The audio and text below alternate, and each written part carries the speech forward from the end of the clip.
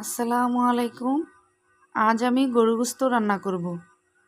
চুলার পাতিল বসিয়ে তেল দিব, তারপর পেঁয়াজ দিয়ে একটু লাল হইলে লাড়াচাড়া করে এলাচ, দারচিনি, তেজপাতা দিয়ে দু একবার লাড়া দেব। দিয়ে আদা বাটা, রসুন বাটা, পেঁয়াজ বাটা দিয়ে দু একবার লাড়া দেব, যাতে কাঁচা গন্ধটা না আসে। তারপর আমি একটু গরম পানি দিব, যাতে আপনারা চাইলে ঠান্ডা পানিও দিতে পারেন। আমি গরম পানি দেই। গরম পানিটা দিয়ে লাড়া দিয়ে তারপর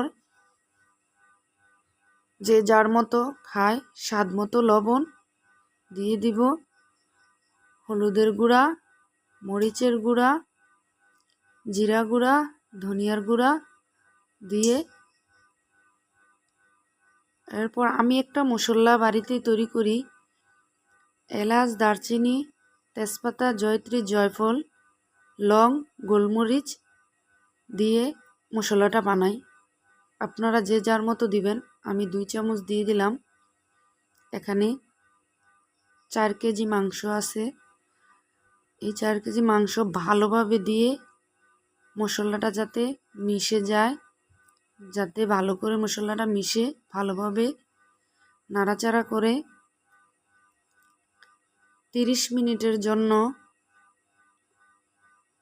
মিনিটের জন্য ঢাকনা দিয়ে হাই হিটে ঢেকে দিবেন, যাতে মাংসটা ভালোভাবে সিদ্ধ হয়। ঢাকনাটা উঠিয়ে দেখুন অনেক পানি ছেড়েছে। আমি অল্প একটু পানি দিছি, এখন অনেক পানি উঠেছে। ভালোভাবে লাড়া দিয়ে দিন। তারপর আজকে বৃষ্টির দিন, মাংস খেতে ভারী ভালো লাগবে। সাথে যদি খিচুড়ি হয় তাই কথাই নয়। আবার ঢাকা দেব 20 মিনিটের জন্য।